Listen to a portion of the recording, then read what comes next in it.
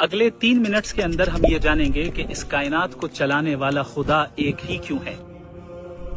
कुरान करीम में अल्लाह रब्बुल आलमीन फरमाते हैं, लौ कान फीहिमा आलिहतुन इल्लल्लाह लफसदता। अगर इस जमीन और आसमान में, इस कायनात में एक से जायद खुदा होते तो ये कायनात तबाह हो जाती और खत्म हो जाती। इस चीज को समझना कोई मुश्किल नहीं है, बल्कि इस चीज को हम बहुत ही सिंपल सी मिसाल के जरिए समझ सकते हैं। इमेजिन करें कि एक कार है और उस कार के चलाने वाले 2 ड्राइवर्स हैं और दोनों के पास इंडिपेंडेंट विल है और दोनों के पास कंप्लीट कंट्रोल है स्टीयरिंग पर। क्या ये कार प्रिसाइजली अच्छे अंदाज में चलते रह पाएगी?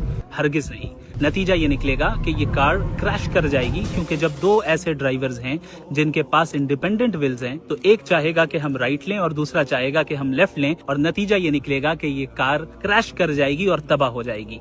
अब इस चीज को आप पूरी कायनात और यूनिवर्स पर अप्लाई करें। अगर इस यूनिवर्स में एक से जायद खुदा होते, मिसाल के तौर पर अगर 2 खुदा होते और दोनों ऑल पावरफुल हैं और दोनों के पास इंडिपेंडेंट विल है, तो नतीजा क्या निकलता? नतीजा ये निकलता कि एक खुदा कुछ और करना चाहता और दूसरा खुदा कुछ और करना चाहता, और ये यूनिवर्स तबाह हो जाती, कायनात तबाह हो जाती और खत्म हो जाती। लेकिन क्या ये कायनात खत्म हो गई? हरगिज नहीं। हम ये देखते हैं कि ये कायनात प्रिसाइज कैलकुलेशन के साथ चल रही है। चाहे हमारा सोलर सिस्टम हो, उसमें मौजूद प्लैनेट्स हो, सन हो, या हमारी अर्थ हो और उसकी रोटेशन हो, या ग्रेविटी हो, या हम खुद हो और हमारे जिस्म के अंदर जो ऑर्गन्स मौजूद हैं वो किस प्रिसाइज कैलकुलेशन के साथ काम कर रहे हैं, ये सब हम अच्छे तरीके से जानते हैं। और इस यूनिवर्स की फाइन ट्यूनिंग को हम अच्छे तरीके से जानते हैं, जो कि ये बताती है कि ये एक प्रिसाइज ऑर्डर के तहत ये कायनात चल रही है, और इसका प्रिसाइजली चलना ये इस बात की दलील है कि खुदा एक ही है और इसे चलाने वाला एक ही है, एक से जायद नहीं है। अब कोई ये भी कह सकता है कि ऐसा भी तो हो सकता है कि 2 खुदाओं ने आपस में एग्रीमेंट कर लिया हो कि हम मिलकर बगैर किसी कॉन्फ्लिक्ट के